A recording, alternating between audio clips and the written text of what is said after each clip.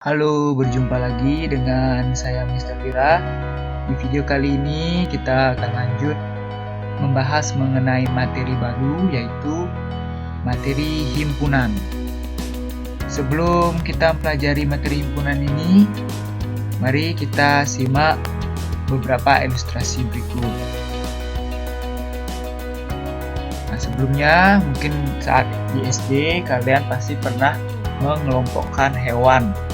Pertama misalkan kelompokkan hewan berdasarkan jenis makanannya. Itu kelompok hewan herbivora misalkan. Jadi seperti ini misalkan kelompok-kelompok dari hewan herbivora, atau mungkin kalian mengelompokkan tanaman atau mengelompokkan beberapa flora atau jenis-jenis tanaman.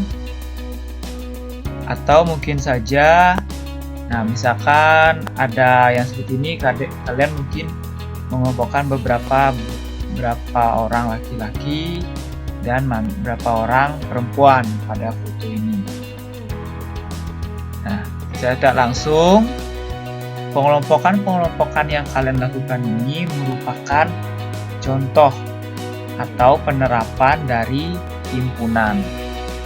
Jadi himpunan tersebut tidak jauh dari teori mengenai pengelompokan. Sebelum kalian mempelajari lebih jauh mengenai himpunan, pastinya kalian bertanya-tanya apa yang manfaat kita belajar himpunan seperti ini.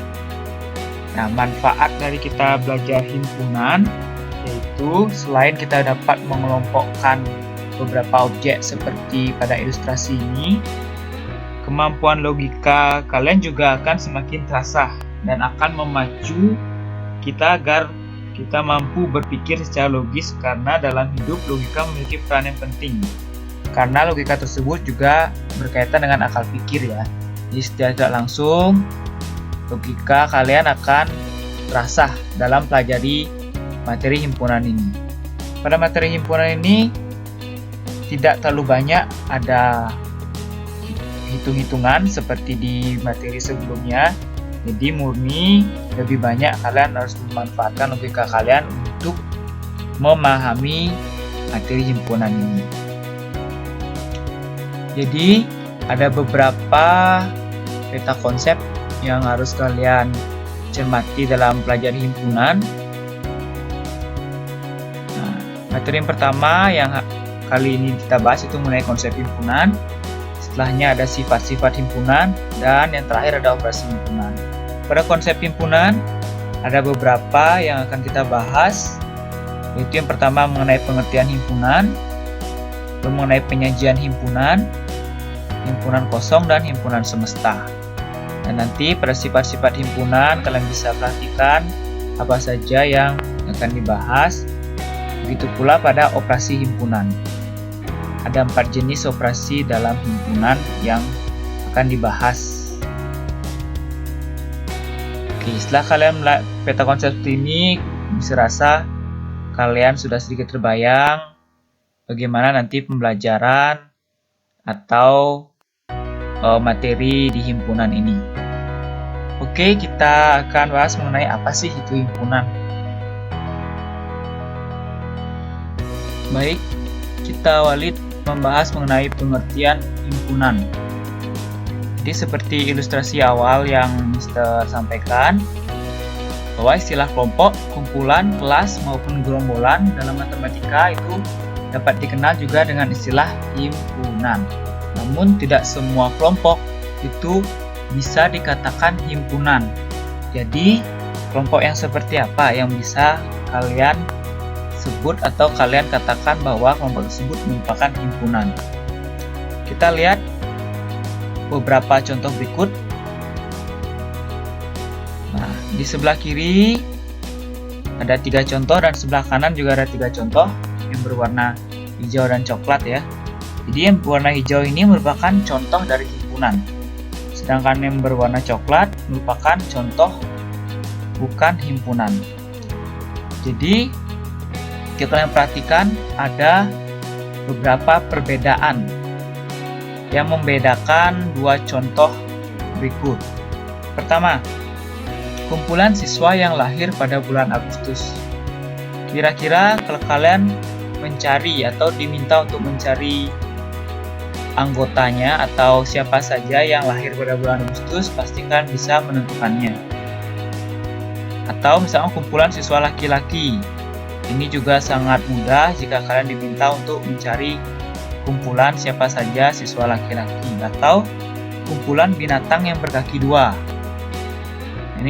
Ini juga jelas, jadi kalian bisa mencari binatang apa saja yang berkaki dua.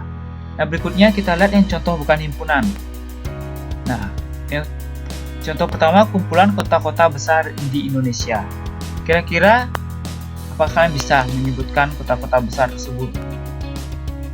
Tentu ini masih sedikit ambigu ya, atau sedikit kurang jelas. Karena kita tidak tahu kota-kota besar nih sebesar apa sih? Apakah besarnya se-Bali atau besarnya sebesar kota Denpasar atau besarnya sekota Jakarta? Jadi kita belum tahu, jadi kurang atau agak sulit kita untuk mengumpulkan kota-kota besar Indonesia itu yang seperti apa. Atau mengenai kumpulan orang kaya. Orang kaya di Indonesia itu takarnya orang kayanya dia memiliki harta seberapa banyak. Apakah cukup jika memiliki harta 100 juta dia bisa dikatakan orang kaya atau lebih? Nah, ini juga belum jelas.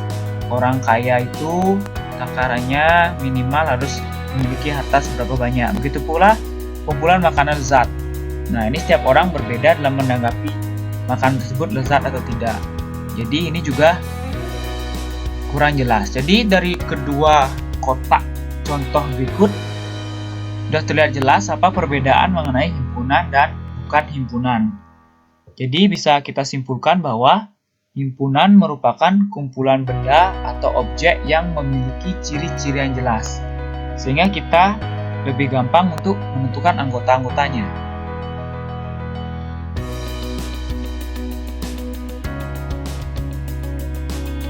Oke, setelah kita mengetahui mengenai apa itu himpunan, sekarang bagaimana kita menuliskan atau menyajikan himpunan tersebut. Nama himpunan itu kita nyatakan dengan huruf kapital.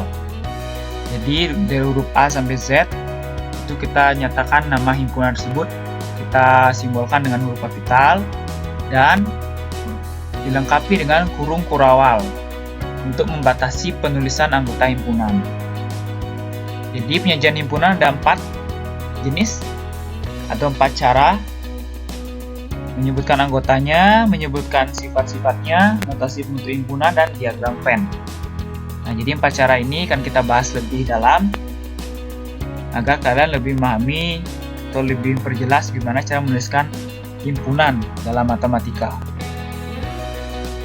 Yang pertama, kita bahas mengenai menyatakan anggota himpunan dengan menyebutkan anggotanya. Maksud dari menyebutkan anggota ini, kita sebutkan anggotanya satu persatu.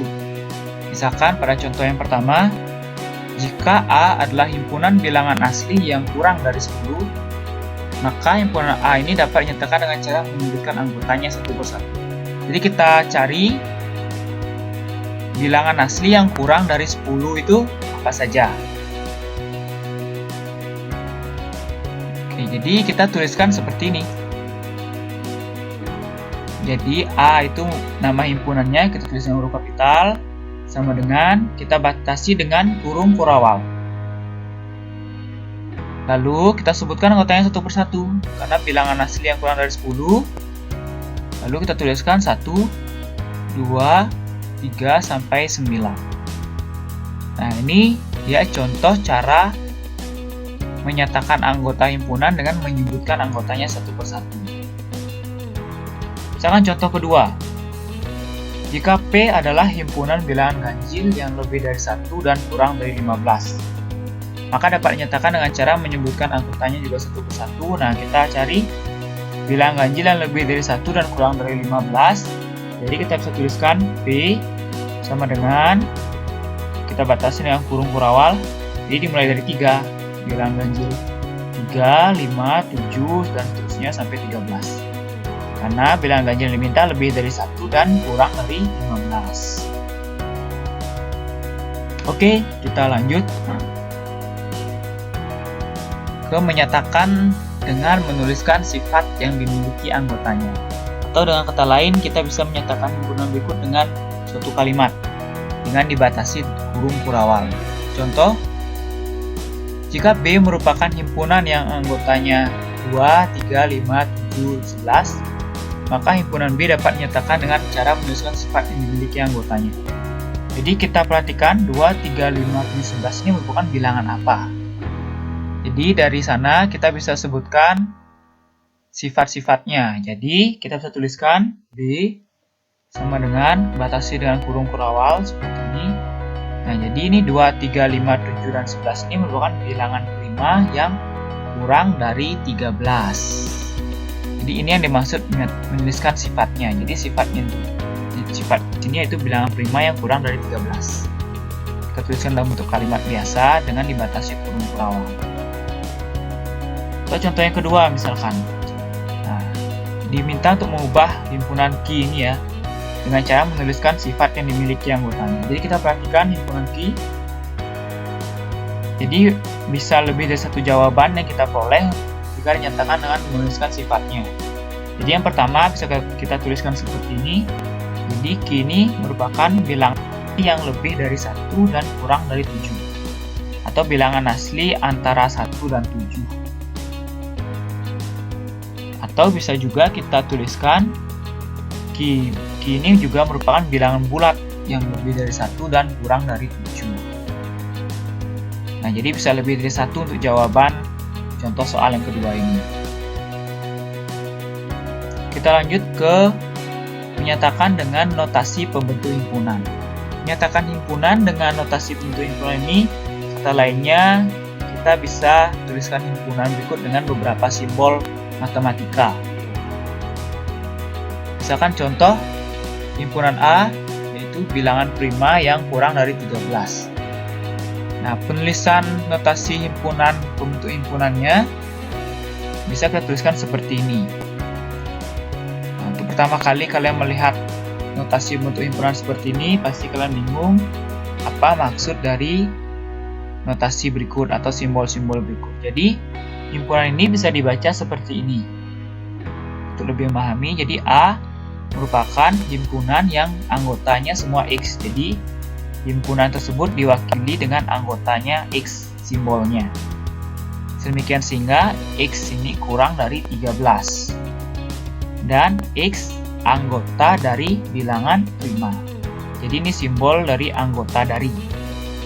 Ini merupakan simbol anggota dari. Nah, jadi kenapa bisa dituliskan seperti ini, kita perhatikan. Di sini dinyatakan bahwa bilangan prima yang kurang dari 13. Jadi kita tuliskan karena anggotanya diwakilkan atau disimbolkan dengan X, kita tuliskan X kurang dari 13. Sesuai keterangan ini, kurang dari 13. Dan X ini juga merupakan anggota dari bilangan prima. Di sini dikatakan bahwa dia juga bilangan prima. Jadi kita tuliskan seperti ini dengan dibatasi kurung kurawal. Oke, lebih memahami lagi, kita perhatikan contoh kedua. Misalkan himpunan B itu 2, 3, 4, 5, 6, 7. Jadi penulisan dalam notasi untuk himpunannya bisa kalian tuliskan seperti ini.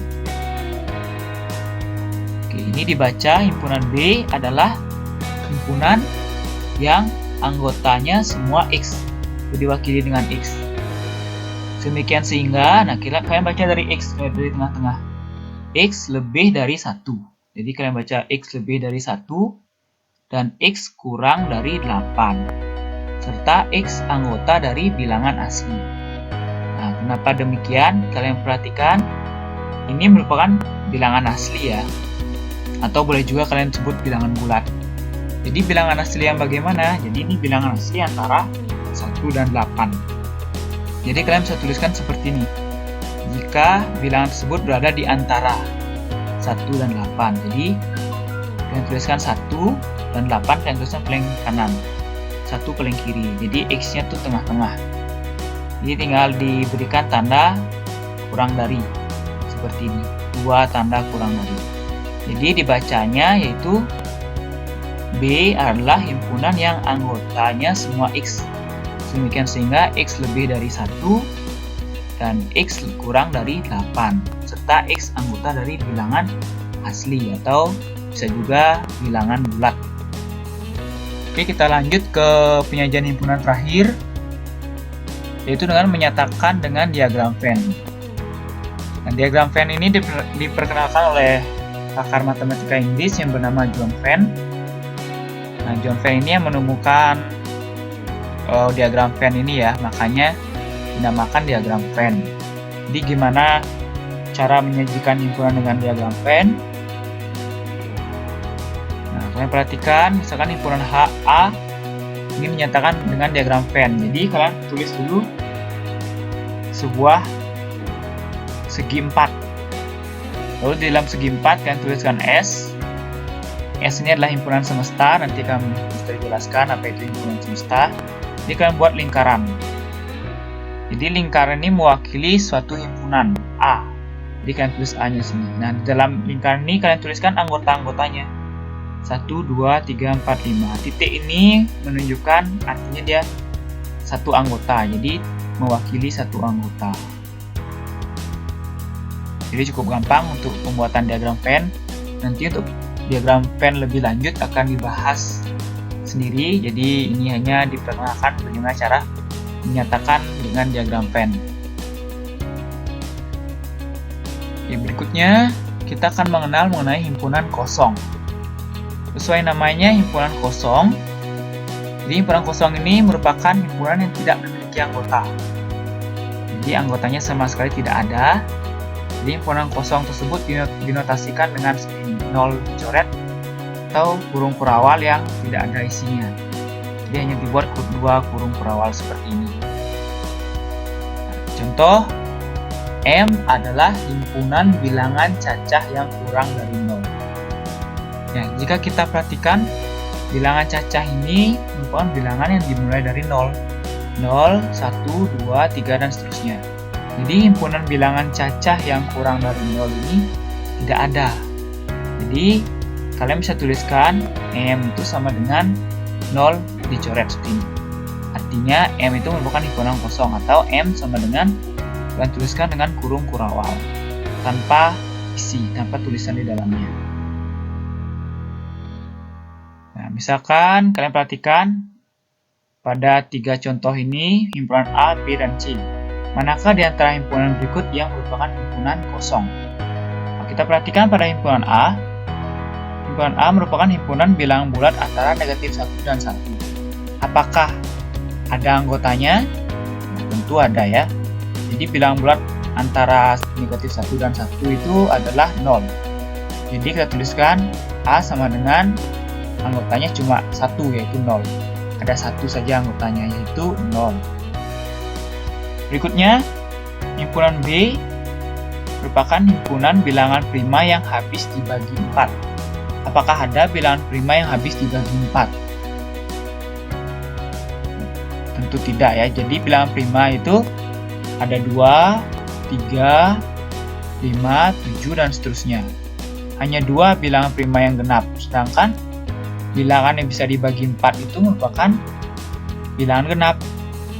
Sehingga karena tidak ada anggota bilangan prima yang habis dibagi 4, kita tuliskan B sama dengan himpunan kosong, atau tidak ada anggotanya, hanya kurung kurawal seperti ini.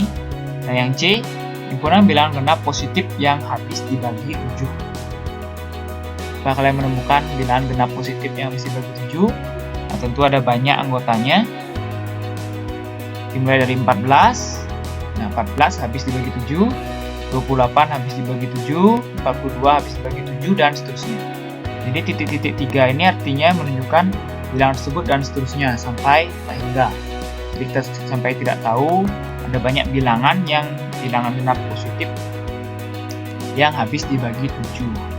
Jadi himpunan kosong ini, himpunan B saja yang merupakan himpunan kosong. Jadi himpunan A dan C bukan himpunan kosong karena memiliki anggota. Oke, yang terakhir kita bahas mengenai himpunan semesta. Tadi sempat muncul di diagram Venn dengan lambang S. Jadi himpunan semesta ini adalah himpunan yang memuat semua anggota himpunan yang sedang dibicarakan. Jadi himpunan semesta biasa dilambangkan dengan huruf S, kapital. Nah, jadi apa sih maksud dari himpunan semesta ini? Mungkin banyak yang kurang paham dengan pengertian ini, jadi kita lebih memahami dengan contoh. Misalkan tentukanlah himpunan semesta dari himpunan-himpunan berikut. Jadi jika kita lihat himpunan A, B, dan C ini memiliki persamaan ya dengan anggota-anggotanya. Jadi kita bisa sebutkan himpunan semesta dari himpunan A, B, dan C adalah himpunan hewan, atau kita tuliskan S sama dengan himpunan hewan. Jadi himpunan A, B, dan C himpunan semestanya adalah himpunan hewan. Jadi kita bisa katakan bahwa A, B, dan C ini merupakan hewan. Jadi bahasan yang lebih luas atau topik yang cocok untuk A, B, dan C merupakan hewan. Jadi himpunan semesta ini bisa kita katakan topik pembicaraan. Oke, lebih memahami lagi, lihat contoh kedua. Misalkan diminta untuk menentukan 3 himpunan semesta yang mungkin untuk himpunan H. Jadi untuk menentukan himpunan semesta itu bisa lebih dari satu jawaban ya. Jadi kita lihat untuk sifat himpunan H, jadi kita bisa tuliskan himpunan semestanya. Yang pertama, semestanya itu bisa kita katakan bahwa ini merupakan bilangan cacah. Atau himpunan H ini juga bisa kita sebutkan dengan bilangan asli. Ini juga termasuk bilangan asli kan? Dan ini juga termasuk bilangan cacah. Atau kita bisa sebutkan bahwa semestanya itu bilangan bulat. Jadi himpunan H ini juga termasuk dalam bilangan bulat. Atau mungkin kalau ingin disebutkan lagi boleh, ini juga himpunan H ini juga bisa termasuk dalam himpunan bilangan ganjil. Bisa juga. Atau himpunan H ini bisa kita katakan merupakan himpunan bilangan ganjil yang kurang dari 9, bisa kalian katakan seperti itu. Jadi ada banyak kemungkinan himpunan semesta dari contoh himpunan ini. Jadi ada banyak versi yang bisa kalian tuliskan untuk himpunan semesta ini. Oke, sekian pembahasan materi untuk konsep himpunan di video kali ini. Semoga kalian paham. Untuk lebih memantapkan pemahaman kalian, silahkan kalian latihan soal mengenai himpunan atau mengenai konsep-konsep himpunan agar kalian lebih memahami materi ini. Oke, sampai jumpa di video berikutnya.